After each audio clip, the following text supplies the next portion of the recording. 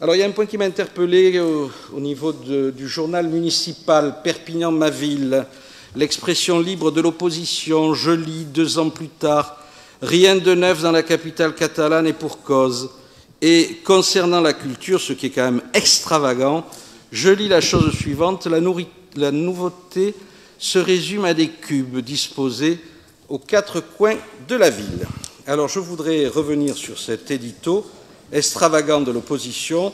Alors on me dit qu'il a été rédigé par Laurence Martin au nom du groupe d'opposition. Elle se plaint donc dans le domaine culturel qu'il n'y ait rien d'organisé à part ces cubes de street art.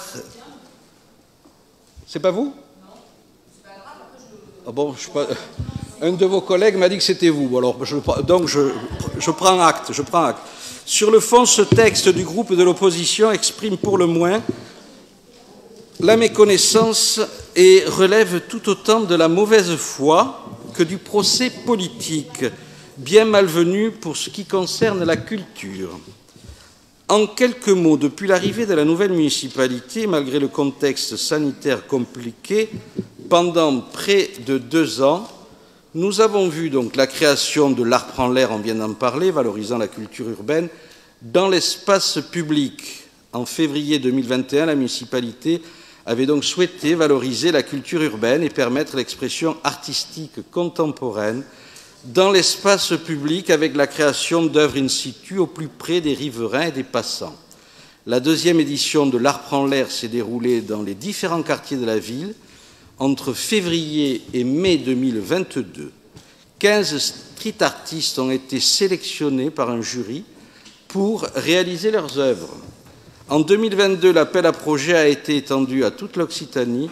Nous préparons donc cette 3e édition et je peux vous dire que nous recevons désormais des candidatures de street artistes de la France entière et même du pourtour méditerranéen. Autre point pour contredire ce que vous dites, puisque vous dites qu'il ne se passe rien, je vous relis, pour la culture, la nouveauté ne se résume qu'à des cubes disposés aux 4 coins de la ville. Vous pouvez imaginer le mépris de cette phrase vis-à-vis des artistes qui ont eu l'honneur d'exposer leurs œuvres. Alors un nouveau festival, le Festival de l'eau, qui a été mis en place en 2022 pour sensibiliser aux enjeux humains et sanitaires de ce bien commun et de cette ressource précieuse, selon plusieurs actes patrimonial, scientifique, ludique, littéraire, artistique, festif, pratique, de prévention des risques au niveau local, national ou international, pour des publics allant des enfants aux experts en passant par les adultes et les familles. Je remercie d'ailleurs Pierre Parra de nous avoir fait l'amitié de venir et de féliciter l'organisation de ce festival et se porter volontaire pour être donc partenaire l'an prochain au titre de son syndicat. Le festival s'est construit autour de plusieurs manifestations et nous préparons de manière active la prochaine édition. Il y a eu également, donc je poursuis, donc il n'y a pas eu que des cubes, puisque vous dites que la culture, la nouveauté, c'est quelques cubes disséminés dans la ville. Il y a eu au contraire donc la création d'un autre festival méditerranéen sur la gastronomie. La manifestation est organisée autour de 4 événements majeurs. La remise du prix des écrivains gastronomes, un salon du livre de la gastronomie avec des dédicaces, des présences d'auteurs et des tables rondes, un village gourmand, des démonstrations culinaires par de grands chefs. Pour sa 2e édition, nous avons prévu une diversification de la programmation, en particulier en direction du jeune public et des différents quartiers. Alors, pour poursuivre donc avec vos histoires de cubes, donc un autre festival. Oui, vous pouvez rire, oui. Moi, je peux vous dire que les artistes, ça les a pas fait rire. Les artistes, ça les a pas fait rire. Création d'un salon littéraire dans le cadre de la Sant Jordi. Un programme ambitieux et novateur a permis de donner un nouvel élan à la manifestation en combinant la fête traditionnelle catalane à une véritable fête du livre et de la littérature. Il s'est déployé du mardi 19 au vendredi 29 avril dernier avec des expositions à la médiathèque, à la chapelle du Tiers-Ordre, des rencontres cinématographiques et littéraires avec l'Institut Jean Vigo, la médiathèque, des spectacles au théâtre municipal, des ateliers de médiation culturelle à la médiathèque, le traditionnel Festecat dicté en catalan, et à destination des écoles. Une San Jordi qui a attiré cette année un monde de fous et j'en suis très heureux.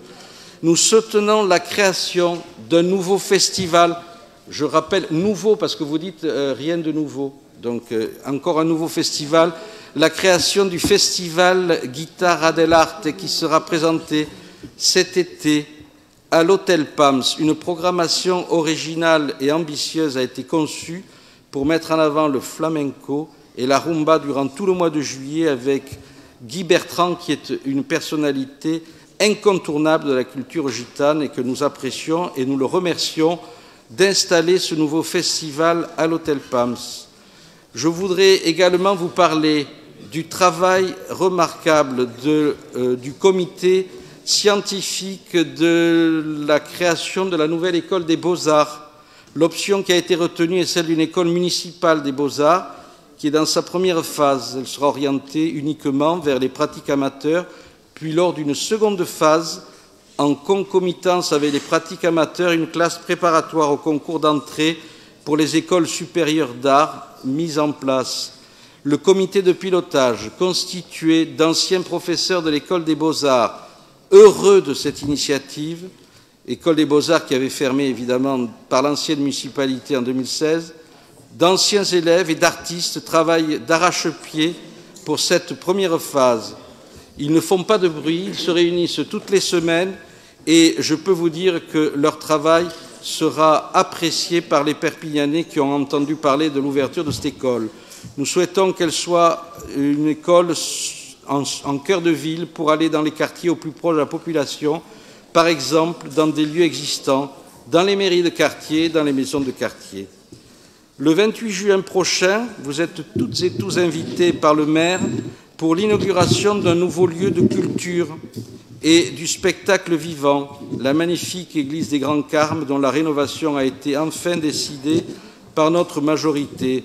Soutien à la création d'un nouveau festival de flamenco en août au Grand Carme et création par la ville in situ d'un festival baptisé les Scènes étoilées qui verra notamment le grand retour à Perpignan de l'opérette. Soutien aux artistes de notre territoire avec l'organisation d'une dizaine d'expositions dans tous les sites patrimoniaux prestigieux, hôtel de ville, hôtel Pam, chapelle de la Funeraria, église du tiers-ordre, élargissement des résidences d'artistes au théâtre municipal avec des appels à projets renforcés depuis notre arrivée et lancés dès à présent sur toute l'Occitanie.